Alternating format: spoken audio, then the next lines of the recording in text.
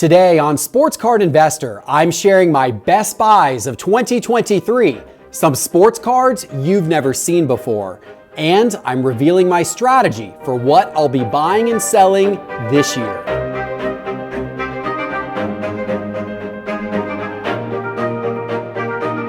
Hello, sports card investors, and welcome to what I believe will be a great year for the sports card hobby here in 2024. Now, I am not predicting that the value of all of our sports cards are going to go up this year. I wish I could say that will happen, but I don't really think that's going to be the case. But I do think there are going to be some bright spots in the sports card market to look forward to this year. I'm going to talk about those in a moment. But no matter what the market does, there are a lot of other things I'm really looking forward to in 2024. I'm excited to see what new tricks Fanatics and Topps have up their sleeves this year to make this year's new releases even better. Last year, we saw innovations such as the MLB debut patch cards, first moment cards, and big events with Tom Brady, Victor Wembanyama, Corbin Carroll, and other stars. I'm sure Topps and Fanatics will have even more in store this year, including possibly the first Topps professional football and basketball cards in quite some time. That's just a rumor, and we'll see if it comes to fruition or not this year. I'm also excited to see continued innovations with technology in the sports card hobby, with everything from checking comps to grading to vaulting to buying to selling and trading. There's a lot of exciting companies that are investing in new technology in these areas and more, including, by the way, our team here at Sports Card Investor, all working towards making the collector experience even more seamless.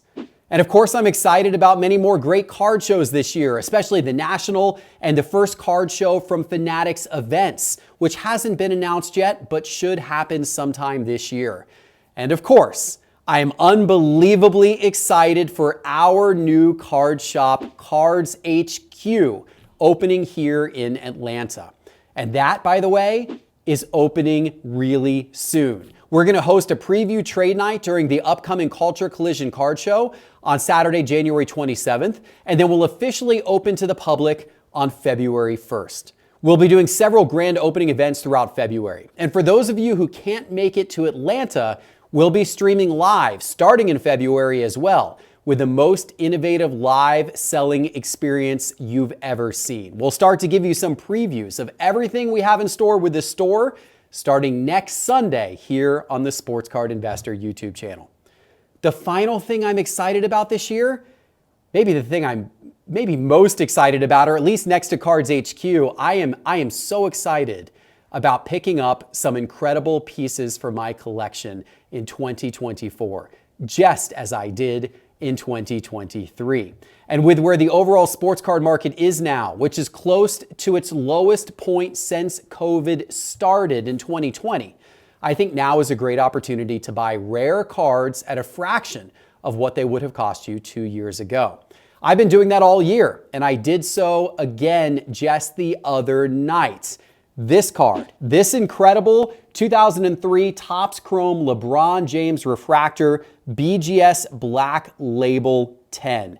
That is one heck of a card, and I picked it up from PWCC just a couple of nights ago for $96,000. Now, I already own this card in a PSA 10, but I really wanted to get the black label because there's only 4 of them in existence. And the last one that sold in early 2023 for $198,000. I had bid on that card, but I did not win. That got over my max bid price. So I was thrilled to be able to pick up this same card less than a year later for less than half the price. And this is the type of card that I think I'm going to do really, really well with in the long term. Only 4 of them that exist in the world, an extremely iconic card in the highest possible grade. And I'm buying it now when there's a big dip in the LeBron James market. I'm believing that we're in a dip period overall, and especially a dip period with LeBron. And if I hold on to this card for the next 10 years, I'm going to be very happy at the price that I bought it for. But that was just one of many pickups I made during 2023. Let me share with you a few of my favorites right now. So I'm going to start with some of these here. You saw at the National that I was picking up Michael Jordan autographs. These are two that I picked up at the National. I was extremely happy with getting these, but those aren't the only ones that I picked up over the course of the year. In fact, I have been on the kick of picking up really nice, good autograph, strong autograph copies of Michael Jordan's 1980s cards. This is his 1986 Fleer sticker, his rookie sticker card, with a really beautiful autograph in a very high grade. This is a very difficult card to get in a 9. In fact, this is the highest graded autographed copy of this card in Beckett's entire Pop Report. Beautiful card. And then how about this star Jordan from 1984, the U.S. Olympic team Jordan, with an autograph of a 10. Very difficult to get autograph grades of 10s on Jordan's early cards, and that one is an absolute beauty. I just picked this one up in the last month. This is his 1989 Fleer sticker card. Now this one, it's a bit off-center. It only graded a 3 with an autograph grade of an 8, but I still really like the autograph. It's the nice silver ink. It pops really nicely on that card. And would you believe that even though this is a low-grade card, that there are only 2 of this card autographed by Jordan that have ever been graded higher? In fact, there's only 5 of this card that have ever been graded, period, by PSA and authenticated with a Michael Jordan autograph. The pop counts on some of these autograph cards, on-card autographs of Jordan, and of course a lot of vintage, they're unbelievably low. This one of my very favorite Michael Jordan cards of all time. This is his 1988 Fleer All-Star card. This card is a card grade of a 9 with an autograph grade of a 10. That is the highest graded card ever, Pop 1, of this card autographed by Jordan. There have been, I think 12 of these in total that have been graded. And of the 12, this is the best grade of any of them that have been autographed by Jordan. So some of this stuff is unbelievably rare. And speaking of rare, I've also been buying more vintage on-card autographs.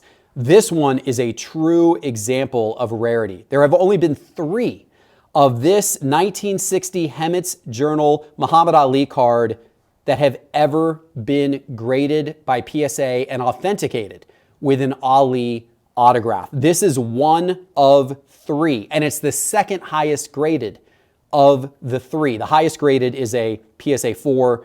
This one's a PSA 3, and it has a 10 auto grade. An unbelievably rare card. The type of card that you may never see come up for auction again. Where there's only 3 of something that exists, it's possible that those are locked away in people's collections, and you may not see it for 10 or 20 years or more ever hit the auction block. So when I had the opportunity to pick up this card earlier this year, I said, I got to go for it. That's one I might not see for a very long time.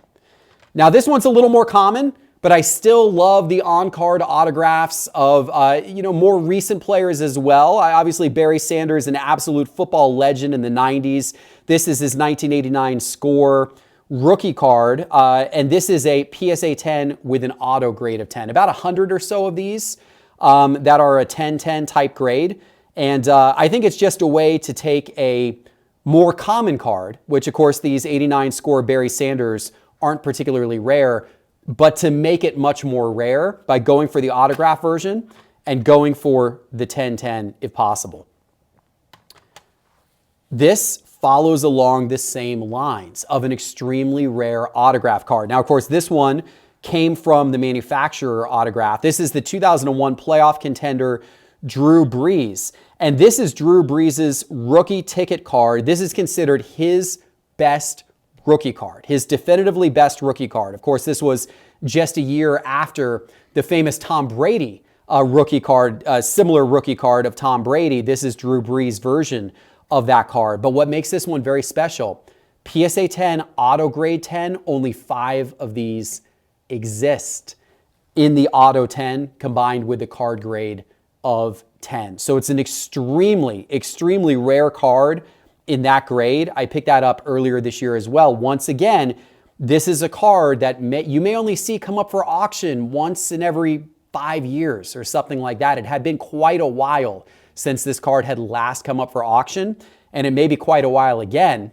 before it comes up for auction again. So these are the types of cards that I've really been zeroing in on this year. I want to share some other really cool cards with you as well.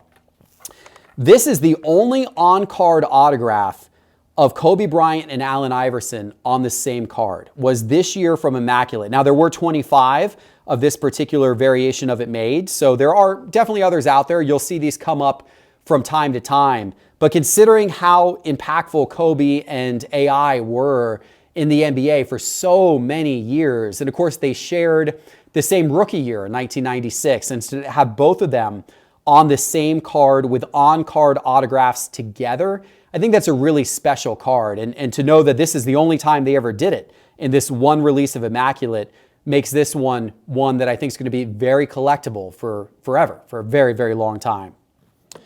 How about Shaquille O'Neal? I believe Shaq doesn't get enough respect in the sports card hobby. I don't believe his prices are where they need to be.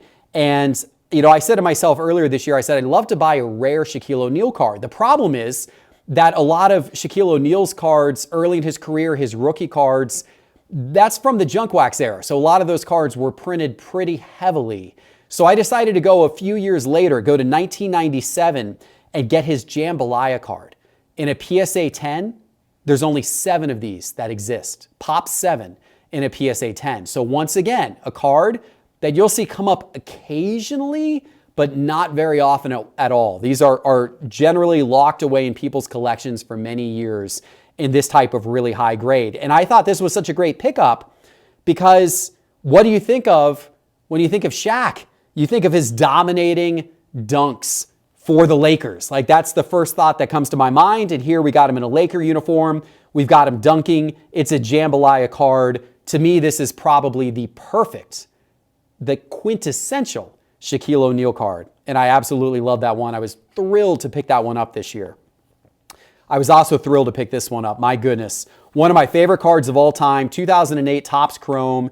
This is the gold refractor. This is LeBron James guarding Kobe Bryant. Of course, the gold refractors are numbered to 50. This is card number 33 out of 50. You can see there. But in a PSA 10, only 7 of these cards have ever been graded PSA 10.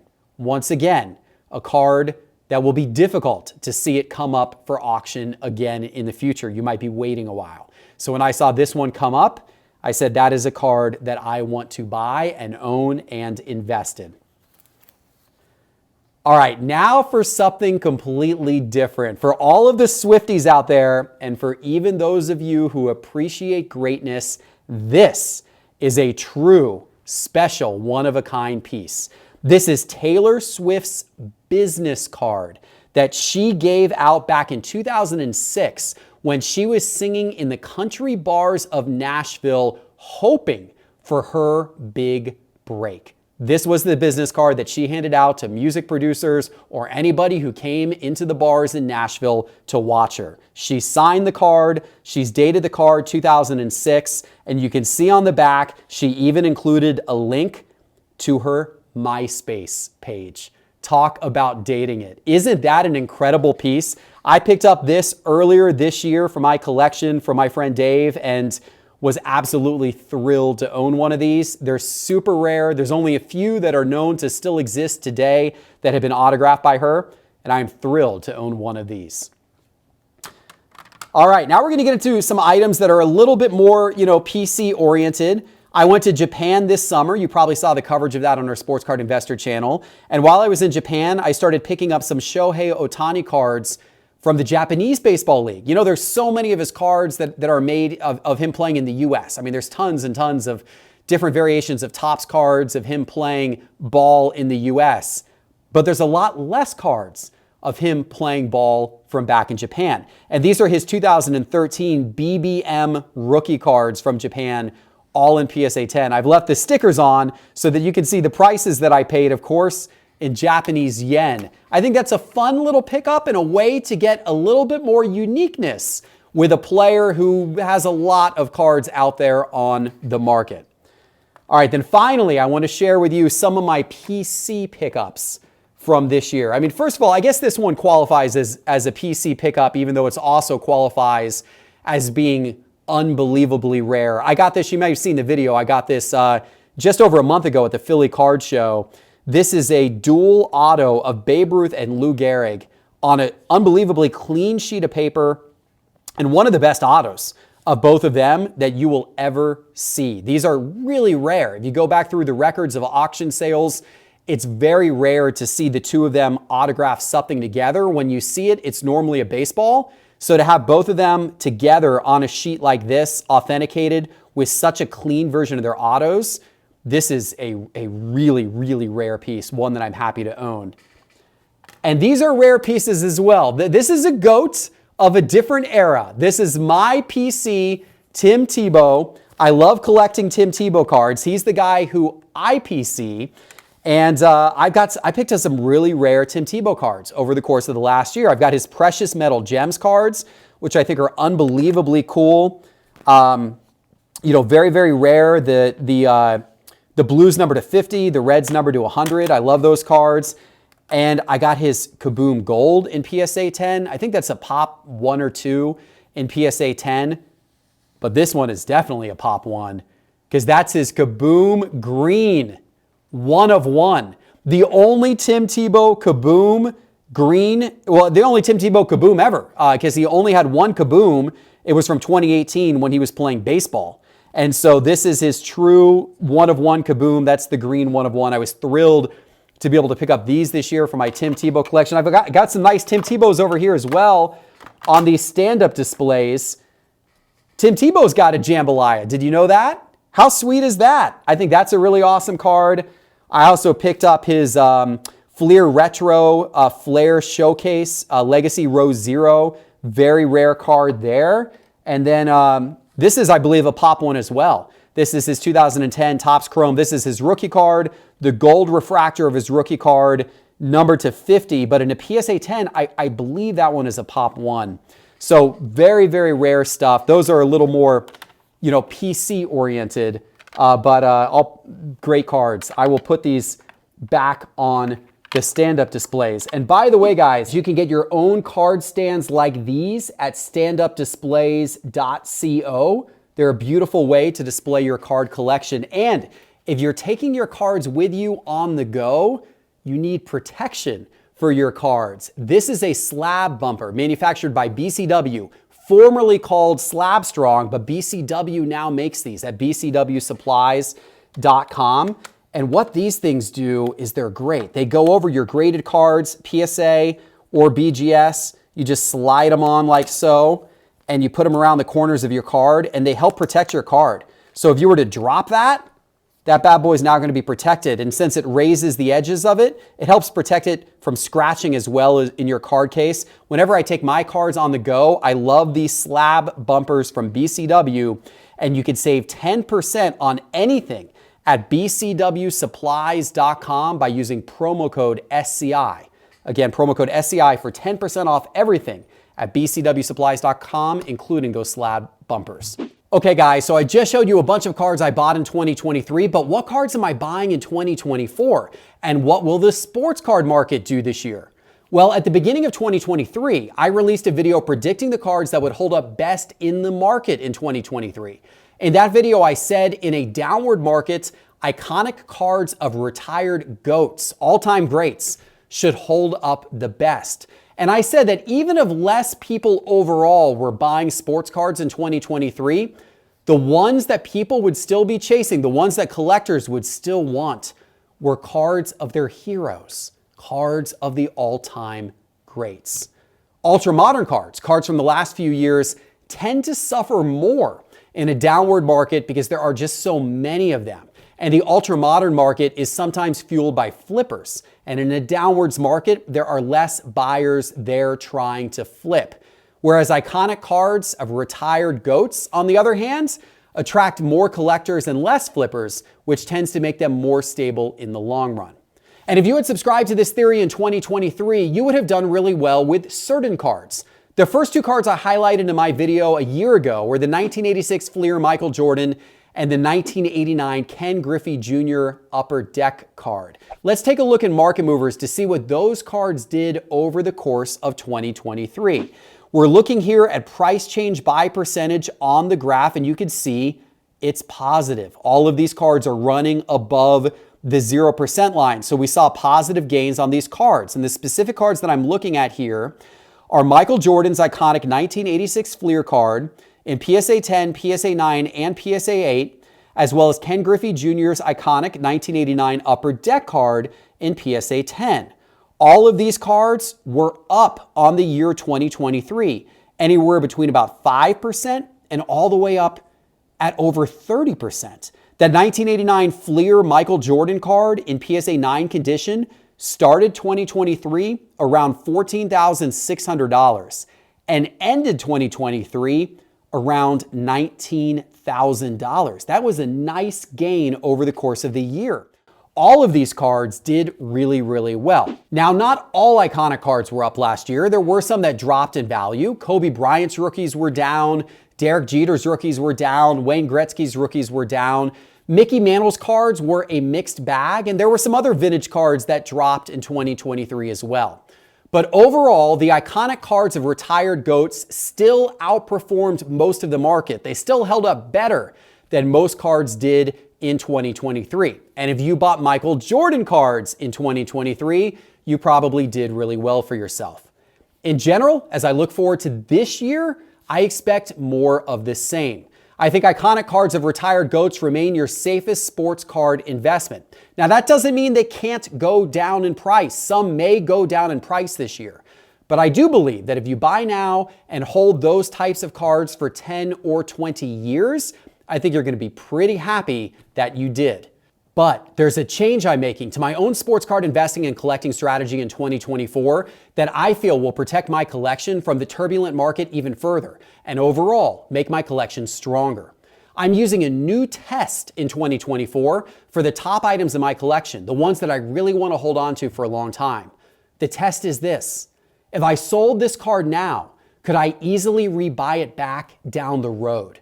If the answer is yes, if I could easily rebuy back that card down the road, then I am not going to consider that card an essential part of my collection, and I will not sweat selling that card if I decide to do so. Now, surprisingly, even some very high-end cards would not pass this test. For example, the 1986 Michael Jordan Fleer PSA 10 card does not pass this test. That card has a PSA 10 population of 322. 17 of those PSA 10s have sold over the last year. So while it's an absolutely incredible card, the truth is that if you had one of those cards and then you sold it, you could pick back up another copy of that card 6 months later and probably not sweat it too much. So instead of hunting cards like that this year, I'm instead looking for cards and memorabilia that are truly difficult to ever find again. You guys know that I love vintage on-card autographs. Obviously, I showed a lot of those to you earlier. Part of the reason why I like those is because the pop counts on them are so low. As I showed you with a lot of those Jordan cards and the Ali card, the pop counts on many of those are often 10 or less, which means it could be years before another copy of those cards comes up again for sale. Those are the types of cards that I am concentrating on hunting this year, just like I did a lot of in 2023. Now, that doesn't mean that I won't be buying ultra-modern cards in 2024. I'm going to buy a lot of ultra-modern cards too, because I love the thrill of speculating on up-and-coming stars. But especially with where the sports card market is right now, buying the cards of any current younger player is a high risk. For example, a lot of people lost money this year speculating on young quarterbacks, including me, as I bought some high-end Desmond Ridder cards, and we all know that did not work out very well at all.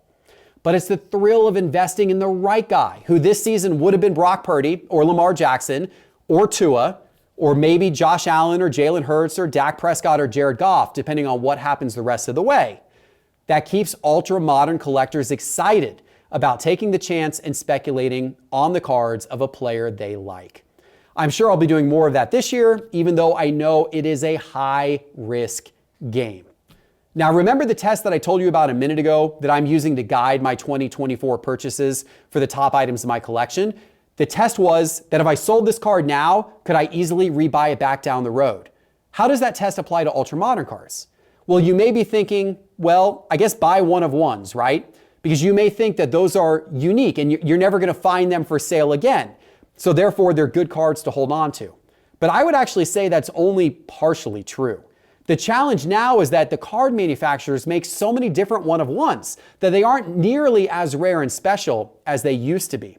In a set like Select, for example, there can be 20 or more different one-of-one cards of the same player. So simply buying a one-of-one doesn't actually mean that it's irreplaceable or super desirable, particularly if there are many other one-of-ones of the same player from the same set. Instead, I'd favor a really coveted card. Cards collectors love, either low-numbered cards from the most popular sets like Prism or Topps Chrome, or highly desired inserts like Kabooms and Color Blasts.